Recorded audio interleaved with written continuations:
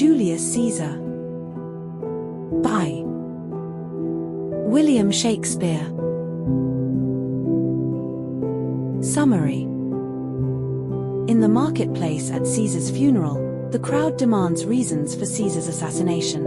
Cassius and Brutus divide the crowd, each giving their accounts. Brutus justifies the killing, explaining that while he loved Caesar as a friend, Caesar's ambition threatened Rome's freedom. He assures the people that if they believe he did wrong, he would willingly take his own life. His speech sways them, and they wish to honor him with statues and kingship, which he refuses. Antony, facing a skeptical crowd, opens his speech with friends, Romans, countrymen, lend me your ears, slowly convincing them that Caesar wasn't ambitious and revealing the conspirators as traitors. About the author. William Shakespeare, 1564 to 1616, is considered one of the greatest poets and playwrights of all time. He wrote about 38 plays and 154 sonnets. Shakespeare's plays remain highly popular today and are studied, performed and reinterpreted in different cultural and political contexts throughout the world. Some of his other widely performed plays are Macbeth, Hamlet, and Romeo and Juliet. Question 1. Read the extracts and answer the questions. Extract 1. There is tears for his love, joy for his fortune, honor for his valor, and death for his ambition. Who is here so base that would be a bondman? If any, speak, for him have I offended. Question 1. Who is the speaker of the above lines? Whom does he address? Answer. The speaker of the above lines is Marcus Brutus. He addresses the plebeians, the common people of Rome. Question 2. Who is him that the speaker refers to and what had happened to him? Answer. The him referred to in these lines is Julius Caesar. Brutus explains that while Caesar had admirable qualities like love, fortune, and valor, he was ultimately killed because of his ambition, which Brutus believed threatened the freedom of Rome. Question 3. What is the mood of the crowd as Brutus finishes his speech? Answer. As Brutus finishes his speech, the crowd feels sympathetic toward him and is persuaded by his reasoning. They believe he acted for the good of Rome, not out of malice. The crowd expresses their approval and respect, even suggesting they should honor Brutus and potentially crown him as their leader. Extract 2. The noble Brutus. I've told you Caesar was ambitious, if it were so, it was a grievous fault, and grievously hath Caesar answered it. Question 1. What kind of crowd does Antony face as he begins his speech? Answer. Antony initially faces a hostile and skeptical crowd, loyal to Brutus, who had just convinced them that Caesar's assassination was for the good of Rome. The people support Brutus's reasoning and see him as noble. Question 2. What was Caesar's grievous fault and how had he answered it? Answer. According to Brutus, Caesar's grievous fault was his ambition, which Brutus claimed would lead to tyranny and the enslavement of Romans. Caesar answered this fault through his assassination, implying he paid for his ambition with his life. Question 3. How did the Roman mob react to Antony's speech? Answer. As Antony's speech progresses, the Roman mob becomes emotionally stirred and increasingly skeptical of Brutus's claims. Antony's persuasive words and subtle irony cast doubt on Caesar's alleged ambition and expose the conspirators' betrayal, ultimately turning the crowd against Brutus and the other assassins, inciting them to seek revenge for Caesar's death.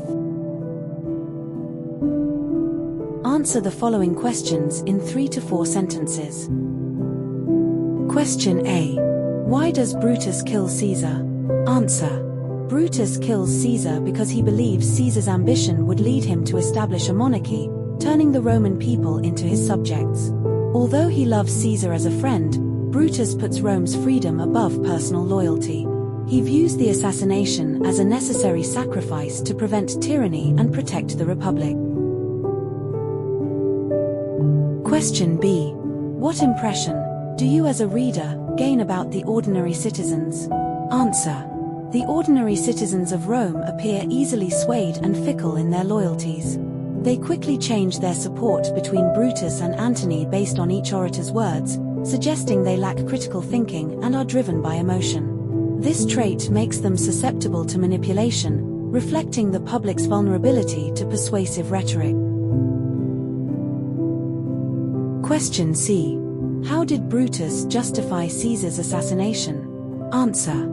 Brutus justifies Caesar's assassination by claiming it was for the greater good of Rome. He argues that Caesar's ambition posed a danger to the Republic, as he might have aimed to become a tyrant. Brutus insists that he acted out of love for Rome, not hatred for Caesar, and believes the assassination was a preventive measure to preserve Roman freedom.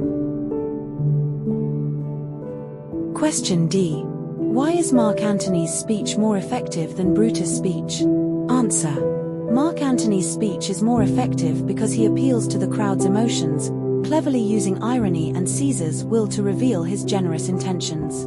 By repeatedly calling the conspirators honorable men while subtly questioning their motives, Antony stirs doubt in the people's minds. His emotional appeal and manipulation of Caesar's image as a caring leader ultimately sway the crowd against the conspirators. Answer the following questions briefly. Question A.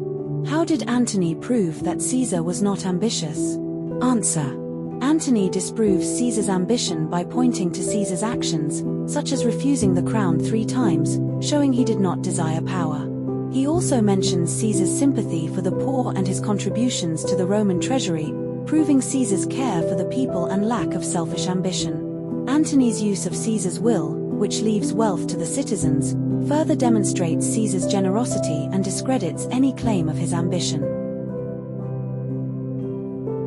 Question B. Not that I loved Caesar less, but I loved Rome more. Brutus says this as he justifies to the Romans why Caesar was assassinated. Do you agree with Brutus? Give reasons for your answer. What values does Brutus display as he says this line to the Romans? Answer.